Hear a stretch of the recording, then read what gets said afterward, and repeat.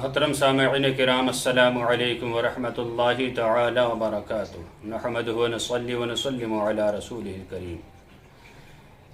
الصلاۃ والسلام علیک یا رسول اللہ وعلی آلک واصحابک سیدی یا رسول اللہ صلی اللہ تعالی علیہ وسلم۔ سوال آیا ہے کہ حضرت،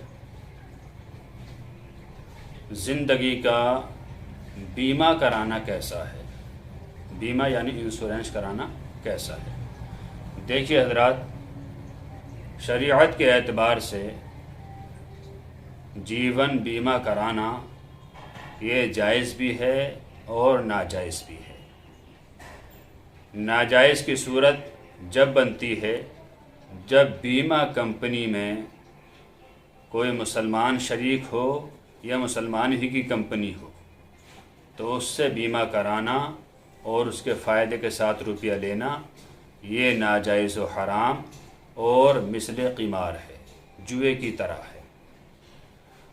اور ایک صورت ناجائز کی یہ بنتی ہے، اگر کمپنی غیر مسلم کی ہی ہے، مثال کے طور پر کسی بینک سے آپ نے جیون بیمہ کرایا اور وہ بینک کفار کا ہے، تو اس سے ناجائز ہونے کی صورت یہ ہے کہ کہیں وہ شرط نہ لگا دیں کہ آپ کا جیون بیمہ ہم کر رہے ہیں لیکن آپ کبھی روزہ نہیں رکھو گے، کہیں ایسا نہ ہو آپ بیمار پڑ جائیں، یا آپ کبھی حج کو نہیں جائیں گے، تو اس صورت میں بھی جیون بیمہ کرانا یہ کیا ہے؟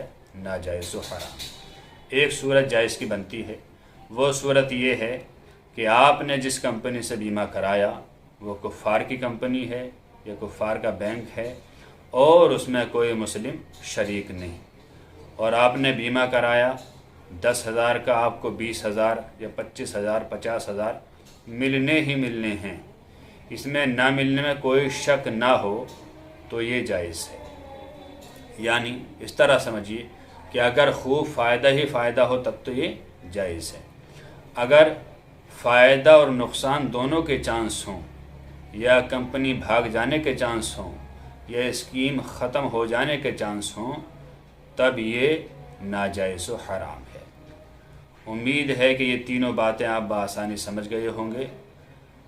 علامہ امجد علی اعظمی علیہ رحمہ تحریر فرماتے ہیں کہ مسلمان کو غیر مسلم کمپنی سے بیمہ کرانا جائز ہے جبکہ مسلم کا فائدہ ہی فائدہ ہو، اور اگر نقصان کی امید ہو یا نقصان کا گمان ہو تو ایسی کمپنی میں یا اس کمپنی میں کوئی مسلمان شریک ہو تو ایسی کمپنی میں بیمہ کرانا ناجائز و حرام ہے۔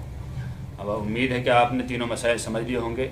ان تینوں کو بغور سمجھیں، اور اگر آپ یہ قدم اٹھانا چاہتے ہوں تو آپ خود دیکھیں کہ ہم کون سی کیٹیگری میں جا رہے ہیں۔ اگر آپ جواز والی صورت میں ہیں تو آپ کرا سکتے ہیں، اور ناجائز و حرام والی صورت میں ہوں تو اس سے بچنا ہی بہتر ہے۔ امید ہے کہ مسئلہ بآسانی آپ سمجھ گئے ہوں گے۔ اللہ تعالیٰ سے دعا ہے کہ اللہ تعالیٰ ہر مسلمان کو علم دین سیکھتے رہنے کی توفیق عطا فرمائے۔